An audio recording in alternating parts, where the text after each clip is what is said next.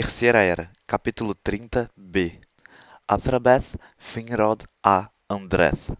Yo! Sejam muito bem-vindos a mais um Ovo de Páscoa e o capítulo de hoje vai ser um pouco diferente. Eu vou falar sobre um debate muito interessante entre o elfo Finrod Felagund e a mortal Andreth. Esse debate foca nas diferenças metafísicas entre homens e elfos e aconteceu no reino élfico de Nargothrond, em Beleriand, durante a Primeira Era, nos anos do cerco a Angband. Finrod Felagund era o filho de Finarfin, um dos líderes dos Noldor que não seguiu com Fëanor o caminho de sua vingança e ficou em Valinor.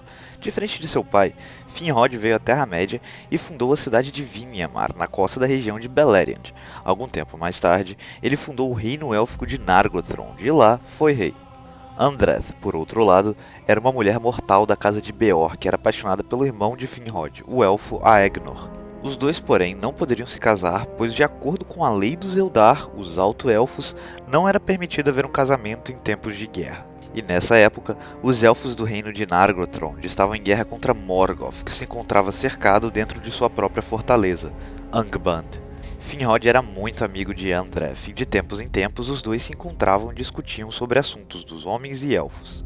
Um desses debates, Tolkien nos fez o favor de relatar, e ele ficou conhecido como Anthrabeth Finrod a Andreth. A premissa do debate era de que, para Finrod, os homens não entendiam o presente de Ilúvatar, que é a morte, que os leva para além dos limites do mundo, pois como Morgoth havia distorcido o coração dos homens, a morte lhes trazia medo ao invés de esperança. Andreth, por outro lado, acreditava que os homens eram inicialmente imortais durante a música da criação, e apenas pela interferência de Morgoth que eles vieram a sucumbir ao descanso eterno.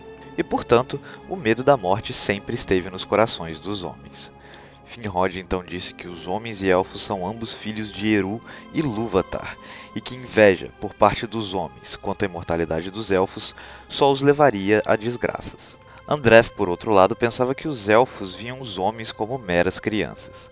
Finrod começou a explicar então que a sombra que ela temia e a morte, que era seu destino, não se tratavam da mesma coisa. Andreth então questionou, dizendo que ele não conseguiria entender isso devido à sua imortalidade, que diferente da morte, essa sim era um presente. Finrod disse então que conhecia sim a morte, pois seu avô, Finwë, o primeiro rei supremo dos Noldor, foi morto por Morgoth, assim como muitos companheiros na busca por vingança e nas guerras de Beleriand. Andreth disse que suas mortes não eram as mesmas, pois os elfos morrem e renascem nos salões de mandos, enquanto os homens simplesmente deixam de existir definitivamente. Ela continuou dizendo que não importa o quão bravo, forte ou corajoso um homem fosse, diferente dos elfos, todos iriam encontrar-se com a morte. Finrod então a questionou se os homens não possuem esperança por saber do destino que lhes aguarda. Andreth disse que não estava pronta para responder sobre a esperança dos homens ainda. Finrod então a questionou se ela achava que o poder de Morgoth era tão grandioso ao ponto de mudar os planos de Eru e Ilúvatar para os homens, e tornado a vida deles curta e a sua morte inevitável. Andreth disse que se esse for o caso, todos os esforços para derrotar o Inominado seriam em vão, e que até mesmo as montanhas na terra dos Valar foram construídas em areia fofa. Neste momento, Finrod a alertou para que não cometa nenhuma blasfêmia, pois o Inominado era na verdade Eru Ilúvatar, e não Morgoth a quem ela se referia. Devido a essa ignorância por parte de Andreth, Finrod desacreditou o que ela havia dito antes, que Morgoth, o Inominado como ela diz, foi responsável pela morte imposta aos homens. Ele a perguntou, já que agora ela sabia que o Inominado era Ilúvatar, o que os homens poderiam ter feito de tão terrível para que ele lhes desse um castigo desses. Ela não soube responder. Ele, mais uma vez, reforçou: a mortalidade dos homens não é um castigo, é um presente. Andreth disse então que nenhum homem se lembra do ato maldoso que lhe deu a mortalidade, mas que ela sabia que houve uma época em que eles não deixaram sua vida se esvair tão rapidamente. Finrod então questionou se talvez os Valar se lembrariam desse tempo longínquo. Andreth disse que não saberia dizer, pois os Valar pareciam não se importar com os homens como eles se importavam com os elfos, já que nenhum deles jamais os auxiliou após o seu despertar. Finrod gentilmente a advertiu a não falar dessa forma dos Valar, pois ele havia caminhado sob sua luz e ela só falava dessa maneira, pois não entendia sobre essas coisas. Ele continuou dizendo que talvez os homens estavam fora do alcance dos Valar, pois eles estão destinados a governar a si mesmos, respondendo somente ao próprio Criador. Finrod, Sendo o primeiro Eldar a se encontrar com os homens mortais, a questionou se os homens já compreendiam o conceito de imortalidade e se eles se viam como criaturas amaldiçoadas pela mortalidade antes de conhecer os elfos. Andreth diz que sempre existiu entre eles o conceito de que originalmente os homens foram feitos para nunca morrer. Só que os homens nunca possuíram um conceito de que só morreriam quando o mundo morresse, como é o caso dos elfos. Para eles, os homens apenas não morreriam, e nada sobre o fim do mundo é mencionado em lugar algum. Finrod então diz que isso não faz sentido, pois se o corpo dos homens foi feito para durar para sempre, independentemente do mundo, como ele poderia existir após o mundo encontrar o seu fim? Ele diz que o espírito e o corpo dos homens estão fora de harmonia, pois enquanto seu corpo está confinado em Arda, que é o mundo, o espírito deles não está, e não chama Arda de casa.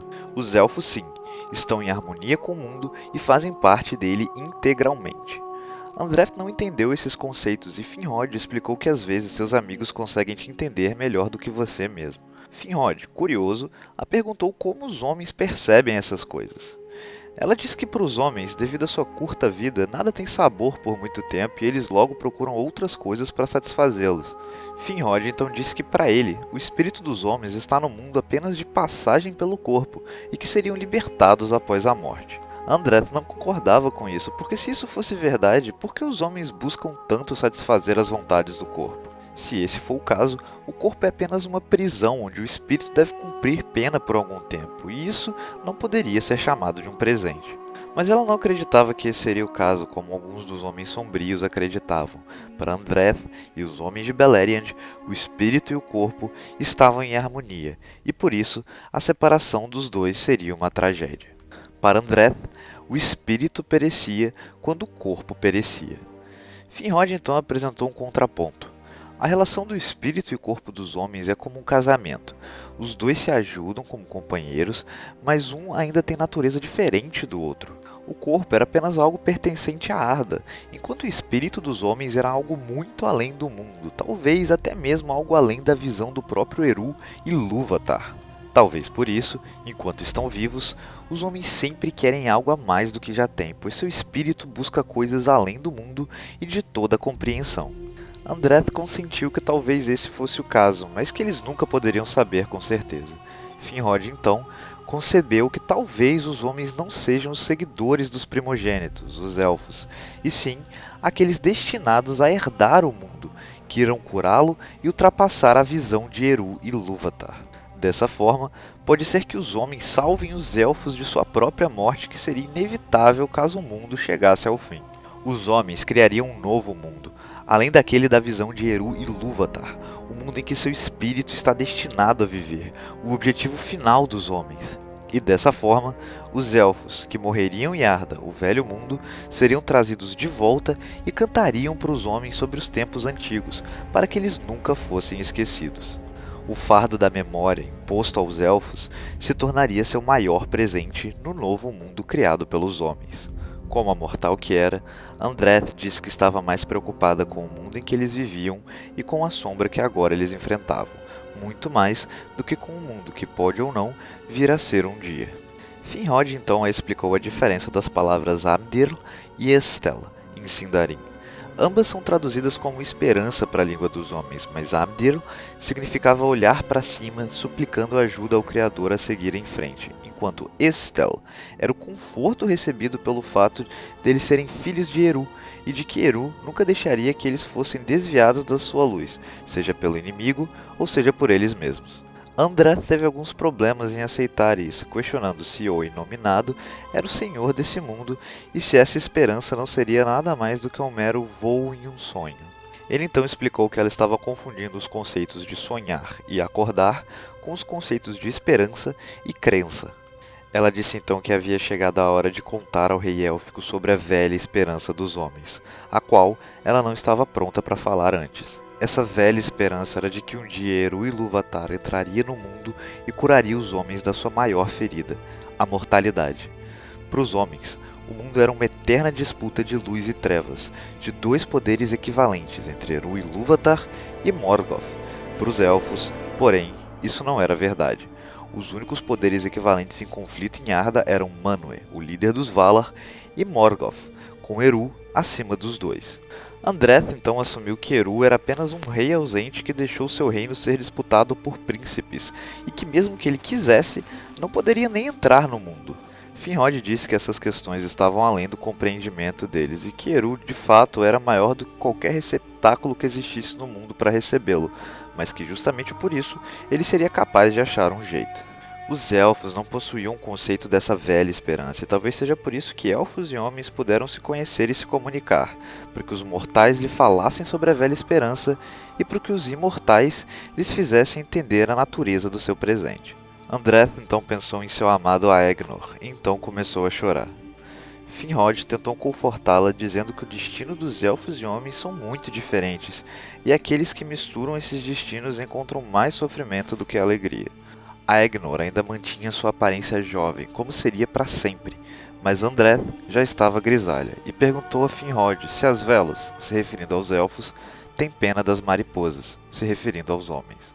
Finrod lhe perguntou de volta se as mariposas têm pena das velas quando uma brisa as apaga. Ele explicou a Andreth que, pelo bem dela, seu irmão Aegnor não poderia se casar em tempos de guerra. Apenas fugindo daquelas terras eles poderiam ficar juntos, mas amor e lealdade prendiam Aegnor ali. Ele então a perguntou se ela não estava presa às mesmas amarras. Andreth então disse que abandonaria tudo para ficar com Aegnor, e Finrod disse que foi exatamente por isso que Aegnor a recusou depois deles terem se apaixonado. Afinal, uniões entre elfos e homens eram consideradas ignorantes das consequências ao invés de corajosas. Finrod concluiu dizendo que a união deles seria desastrosa, porém rápida e dolorosa. Andreth replicou dizendo que a vida dos homens é sempre rápida e seu fim sempre doloroso, então para ela faria pouca diferença. Ela disse que não perseguiria Aegnor e nem traria problemas a ele. Finrod explicou que essa era a visão dela, mas Aegnor nunca a abandonaria, até o fim.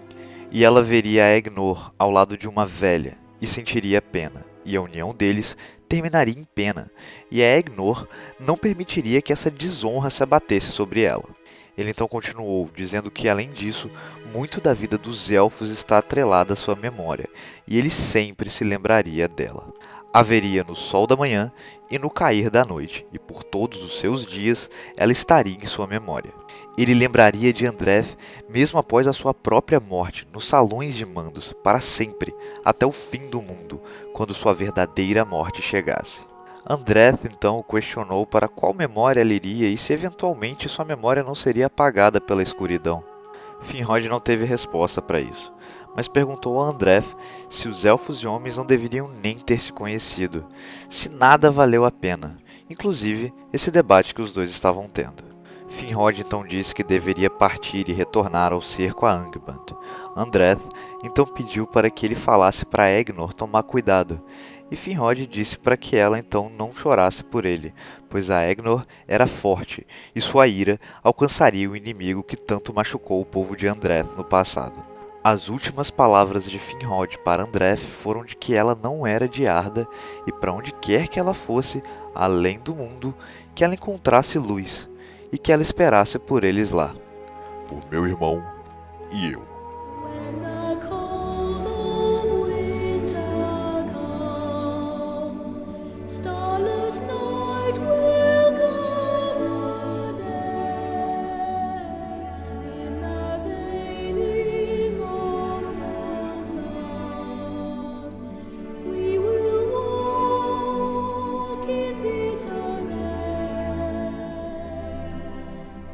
In dreams.